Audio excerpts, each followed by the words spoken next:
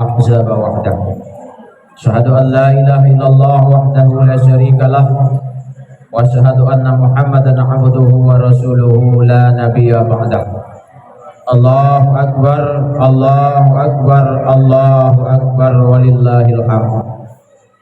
Pertama sekali puji dan syukur sama-sama kita panjatkan kehadirat Allah Subhanahu wa taala.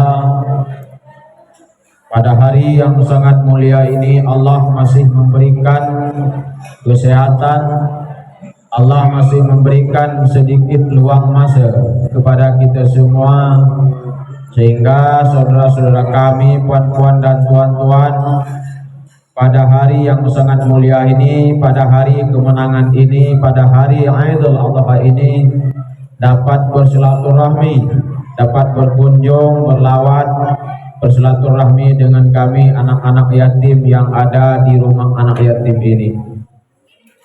Rahmat dan sejahtera tak lupa pula kita alamatkan kepada baginda Rasulullah SAW yang telah menarik umatnya dari alam jahiliyah kepada alam yang Islamiyah.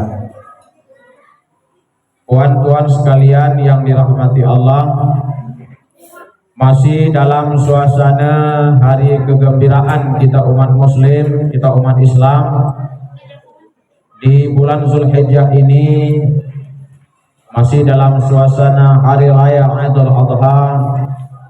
Kami hari ini sangat merasa gembira dan senang karena di hari yang sangat gembira ini kami kedatangan tamu kami dari luar negeri, dari Malaysia, berkunjung berlawat ke tempat kami, ingin bersilaturahmi dengan kami dan anak-anak yatim di sini.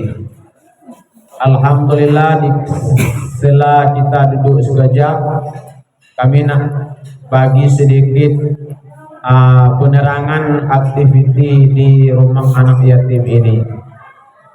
Untuk yang pertama sekali kami mengucapkan ahlan wa sahlan, selamat datang di tempat kami pada hari yang sangat mulia ini.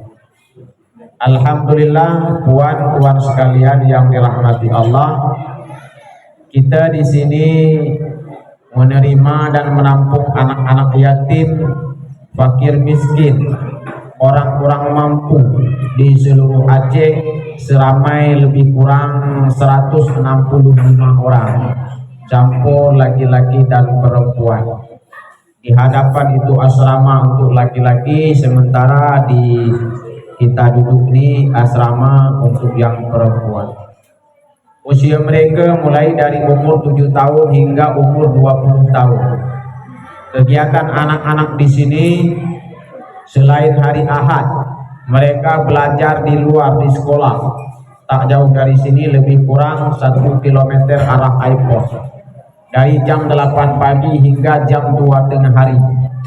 Selepas dari belajar di sekolah, balik ke mondok, dilanjutkan dengan sholat zuhur berjamaah. Kemudian dilanjutkan dengan aktivitas keagamaan hingga nanti waktu sholat asar.